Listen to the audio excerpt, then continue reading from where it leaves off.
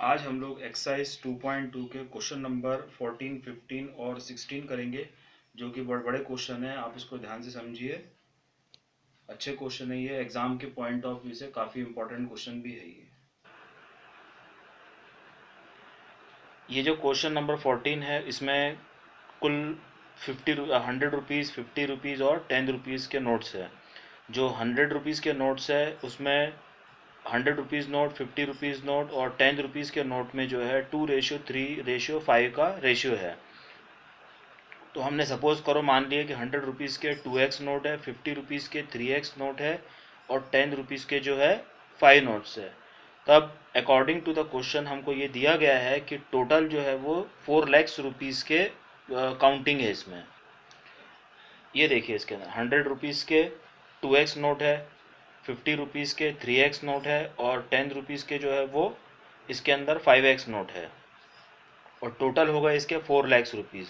जब इंटू करेंगे तो 100 इंटू 2 200x, 50 इंटू 3 150x और 100 into 5 50x is equals to ये 4 लाख हुए। अब 200x, 150x, 50x इन सबको जब प्लस कर देंगे तब हमारे हो गए 400x इज इक्वल्स टू ये 4 lakh. x is equals to कितना हुआ 4 लाख अपॉन 400। जब कैंसिलिंग हो जाएगा तब ये आएगा हमारा 1000। अब हमको निकालना है कि हर नोट जो है वो कितने प्रकार का है। तो शुरू में हमने एज्यूम किया था इसके नोट्स जो है वो कितने हैं 2x, 3x और 5x है।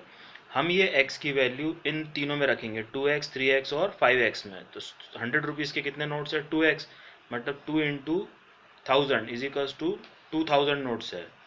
50 रुपीज़ के नोट है 3 इंटू एक्स, मतलब 3 into 1000 is equals to 3000 notes है।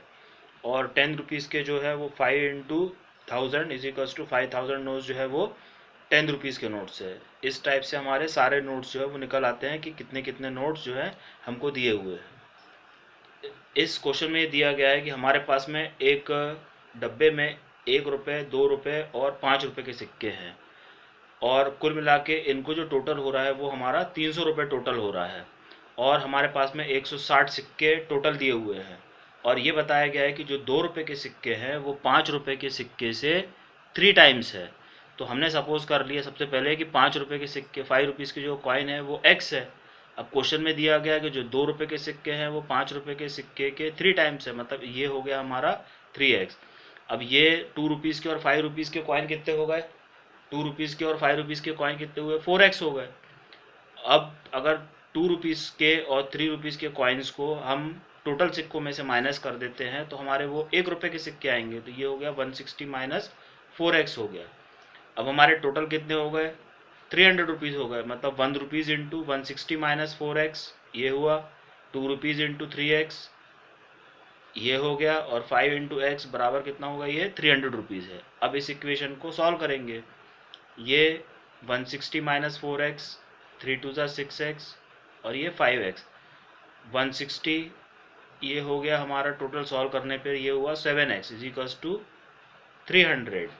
इसके बाद में इस इक्वेशन को और सॉल्व करेंगे तो ये हुआ 7x, 300 माइनस 160। x की वैल्यू सॉल्व करके x की वैल्यू सॉल्व कर दिया तो ये आ गया हमारा कितना आया ये 20 आ गया। ठीक है।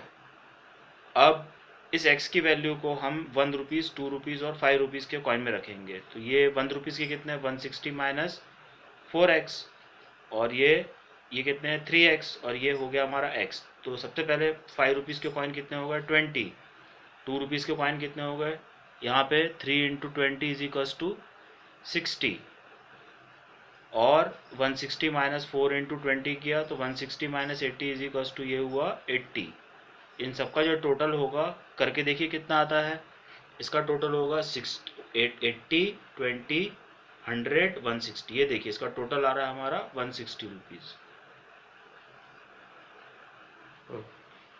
सबसे पहले मैं आपको इस क्वेश्चन का मतलब समझा देता हूँ।